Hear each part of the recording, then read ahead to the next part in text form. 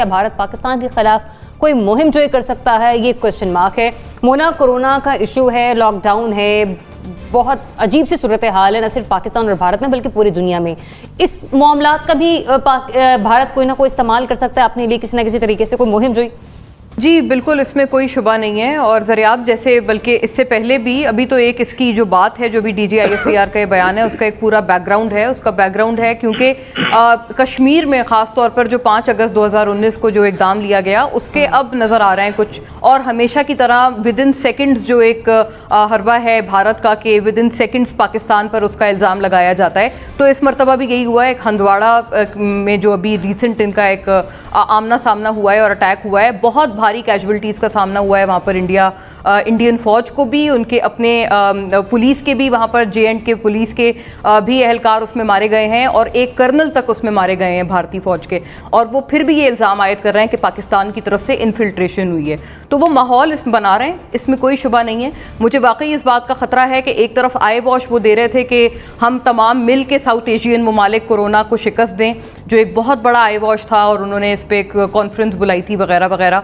अभी रिसेंटली भी एक कॉन्फ्रेंस हुई है, वीडियो कॉन्फ्रेंस। लेकिन असल जो दर हकीकत बात है वो यही है कि वो यहाँ पर डाइग्रेस करना चाह रहे हैं, और वो ये भी देख रहे हैं कि जैसे जैसे दुनिया भर में लॉकडाउन ईज हो रहा है, तो कोरोना से जब ये जो इंटरनेशनल मीडिया की अटेंशन है जब हटेगी, तो दोबारा ये जो मसला है कश्मीर पर, जहाँ पर इंटरनेशनल मीडिया ने बहुत पॉजिटिव रोल अदा किया था और भरपूर उन्होंने इंडिया को एक्सपोज किया था, तो वो दोबारा सिलसिला शुरू हो जाएगा। उसके लिए उनकी प्रिपरेशन अभी से शुरू हो गई हैं। नासिर बिग चुगताई साहब, भारत हमेशा से अपनी नाकामियों पर पर्दा डालने के लिए उसका वतीरा रहा है कि वो पाकिस्तान के खिलाफ महाजराई या हर्जासराई करना शुरू कर देता है। तो जिस तरह जिक्र किया बाबर इफ्तिखार साहब ने कि वो अपने इंटरनल मामलात को बेस बनाकर एक्सटर्नली तौर पर पाकिस्तान को हिट करने की कोशिश कर सकता है या कर रहा है, ये वाकई ऐसा हो सकता है?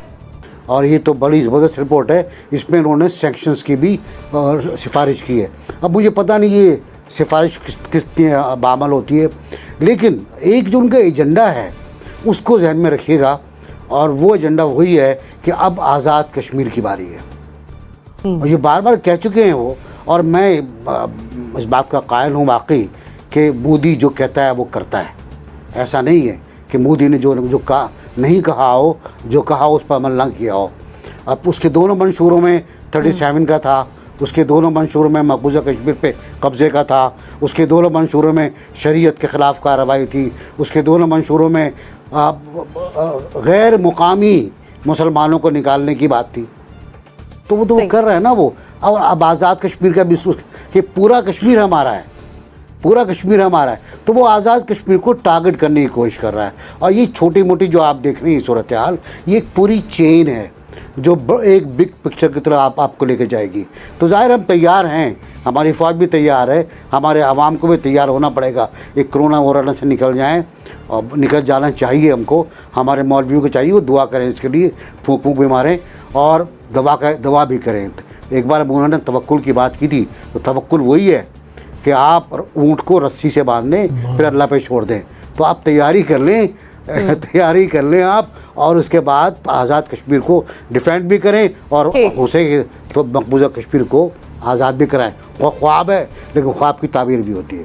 आमिर ज़िया साहब, NBC ने यहाँ पे बड़ा इंपॉर्टेंट पॉइंट हाईलाइट किया कि मकबूजा कश्मीर के बाद अब बारी आज़ाद कश्मीर की। मेरा क्वेश्चन ये कि 27 फरवरी के वाक़े के बाद भी मुहिम जोई कर सकता है भारत? देखिए, भारत जो मुसलसल मुहिम जोई कर रहे हैं 2014 से, जब से ये हिंदू इंतहा पसंद हुकूमत आई है, आप देखेंगे एक पैटर्न है। और 2019 में 3000 मरतबा जो है फायरबंदी की खिलाफ वर्जी की। इस साल जो है जनवरी से लेकर अप्रैल तक के जो आज़ाद शुमार हैं, तो 853 मरतबा फायरबंदी की भारत ने खिलाफ वर्जी की लाइन ऑफ कंट्रोल पे और वर्किंग बाउंड्री के ऊपर। तो ये एक पैटर्न है। मोदी ने किया क्या है? मोदी ने काम ये किया है कि जनाब जो एक स्टेटस को था पाकिस्तान और भारत के दरमियान कश्मीर के ऊपर, उसने उसको तोड़ दिया और अपने तई उसने कश्मीर का मसला भी हल कर लिया है कि जनाब जैसा कि बता रहे थे नासिर साहब के इनेक्स कर लिया। और अब उनको जो है अपने फैसले के कॉन्सिक्वेंसेस को, उसका जो कि फॉल आउट है उसको मैनेज करना है, जो कि वो कर रहे हैं। और उनके जो प्लान है बिल्कुल सबके सामने कि जी वो 2-4 बरस में वहां पे डेमोग्राफिक चेंजेस इतने ज्यादा लेकर आ जाएंगे कि वो जो मुस्लिम अक्सरियत है मुस्लिम अकलियत में तब्दील हो जाएगी और उनकी गिरफ्त जो है वो बहुत मजबूत हो जाएगी। तो सब कश्मीरी मुजाहिदीन के लिए, कश्मीरियों के लिए, हुर्रियत के लिए और पाकिस्तान के लिए जो है वक्त से के साथ हमारी दौड़ है। हम अगर इसी तरह जिस तरह अभी हम हाथ पर हाथ धर के बैठे हैं और भारत की गैर रिवायती सियासत का मुकाबला रिवायती सिफारतकारी से कर रहे हैं, तो हम बिल्कुल किसी भी तरह से कामयाब नहीं हो सकते। हमें भारत ने उसको तोड़ दिया, टेम्पलेट को तोड़ दिया है, तो हमें भी कोई इनोवेटिव थिंकिंग करनी चाहिए। और उसके लिए जाहिर है कि अगर उधर से ब्रिंकमैनशिप हो रही हो, उधर से मुहिम जोई हो रही हो और उधर से एक आदमी बुली कर रहा हो, तो आपका भी जो जवाब होता है अपनी ताकत के मुताबिक आप करते हैं और इसके अलावा कोई चारा नहीं है। कहीं मैंने पढ़ा था कि जी आप आखिरी मुकाबले को गैर मुय्यना मुद्दत तक के लिए कहते हैं ना, पीछे नहीं धकेल सकते, कभी ना कभी तो करना होगा। या तो हम ये तय कर लें कि जी हमने कश्मीर दे दिया और हमने बिल्कुल उसके ऊपर बात कर ली, तो या तो ये आपका ये रवैया हो, जो कि ऐसा नहीं है, खुदा का शुक्र है हमारा, क्योंकि पाकिस्तान के हुक्मरान कुछ भी सोचे, जैसे नवाज शरीफ साहब सोचा करते थे लेकिन उनकी दाल नहीं गली, तो कुछ भी सोचे तो हमारे अवाम जो है, हमारी जो कलेक्टिव एक शऊर है, वो कश्मीर के साथ है, हर पाकिस्तानी का, हमारे हर फौजी अफसर का, हमारे हर सिपाही का। तो उस हवाले से हम लोग खड़े होंगे बिल्कुल। लेकिन बात ये कि क्या हमारे हुक्मरान जिन्हें फैसला करना है वो मजबूत फैसले कर सकते हैं। वो जिस तरह मोदी ने कहते हैं हर बार इमरान खान उसको कहते हैं जी हिटलर है, हिटलर है, तो एक सामने चर्चा लाना चाहिए कि जो उस हिटलर का जवाब दे सके। हम अगर सिर्फ तकरीर करके हम समझते अच्छी तकरीर की, बहुत अच्छी तकरीर की जी, हम तालियां बजाई, हमने सब कुछ है, लेकिन तकरीर से कुछ फर्क नहीं पड़ता। और ये जो रिपोर्ट्स आई हैं इससे भी भारत की सेहत पे कोई फर्क नहीं पड़ता। तो इसकी कि थोड़ा सा वो है ना कि नाम अगर नहीं होंगे तो क्या नाम ना होगा, तो उनका नाम हो रहा है।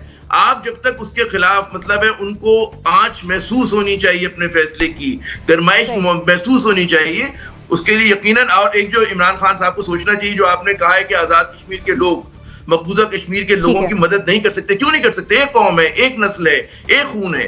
तो आपको इस तरह का एक अपोलोजेटिक रवैया खत्म करना होगा। आपको चाहे कोरोना या नो कोरोना, आधे पेट हो, खाली पेट हो, हमें खड़ा होना है दुश्मन के सामने। उससे कम कोई बात हो ही नहीं सकती। और मेरे ख्याल में ये वक्त है इमरान खान की जो मेजर की जाएगी पॉलिटिक्स, वो कश्मीर पे की जाएगी। कोरोना या करंट अकाउंट डेफिसिट जो उन्होंने कम किया उस पर नहीं की जाएगी। जी रजा रवी साहब, ये जो सिचुएशन है उस पर अभी आमिर साहब ने जिस तरह से तबसरा किया कि तकरीर का भरम या उसका मजा उस वक्त है जब हिटलर को और चर्चिल का सामना हो। ये मुहिम जोई पर हम बात कर रहे हैं, तो हम इस मुहिम जोई के लिए तैयार तो हैं, लेकिन सवाल नहीं पर है कि भारत ये मुहिम जोई कर सकता है। देखिए, बात यह है कि अभी जैसे पहले बात हो रही थी कि भारत की मुहिम जोई जो है उसके पीछे बड़ा एक वाज़े मकसद है, और वो मकसद ये है कि जो इस वक्त हिंदुस्तान में हो रहा है उससे तवज्जो हटाना अवाम।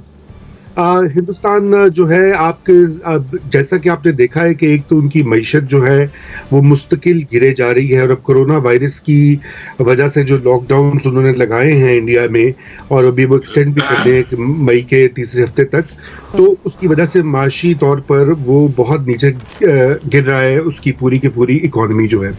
और साथ में वहाँ पर जो सोशल टेंशन्स हैं जिसका कि अब जिक्र बहुत हो रहा है, चाहे वो मुसलमानों के खिलाफ कैंपेन हो या दीगर अक़लीतों के खिलाफ हो, तो मोदी सरकार जो है वो इस वक्त बिल्कुल अपनी मकबूलियत जो है बहुत तेजी से खो रही है। और मेरा ये ख्याल है कि यही एक बहुत बड़ी वजह है कि वो अवाम की तवज्जो हटाने के लिए वो ये सारा जो मामला इस वक्त चल रहा है, टेंशन्स को ऊपर बिल्ड करने का ये किया जा रहा है। जैसे कि आपने देखा पहले माजी में जो हुआ पुलवामा का पूरा इंसिडेंट, और उसके बाद जो सो कॉल्ड उन्होंने वहां पर कार्रवाई भी की, उससे मोदी ने उसको खूब कैश किया इलेक्शन में, और री इलेक्शन के लिए वो चाहे जो भी उन्होंने झूठी सच्ची खबरें लोगों को फीड की, उसकी बुनियाद के ऊपर उन्होंने दोबारा एक टर्म हासिल कर लिया। मतलब ना सिर्फ इंटेंशन और अटेंशन डाइवर्ट करनी है, बल्कि वो ये इस तरह का कोई ना कोई ड्रामा रचा भी सकता है। सॉरी टू इंटरप्ट रज़ा साहब, मेरे पास वक्त इंतहाई मुख्तसर है, वेरी क्विकली सिद्दीकी साहब। जी बिल्कुल, मोदी का जो सेकंड टर्म है तो उसका हाल बिल्कुल एक बदमस्त हाथी की तरह है, बल्कि मैं कहूँगा एक उस पागल हाथी की तरह जिसके पांव तले जो चीज़ भी आ रही है वो रोनता चला जा रहा है। उसने भारत की इकॉनमी को रोन दिया, जो भारत का एक सेकुलर नज़रिया था दुनिया में उसको रोन दिया।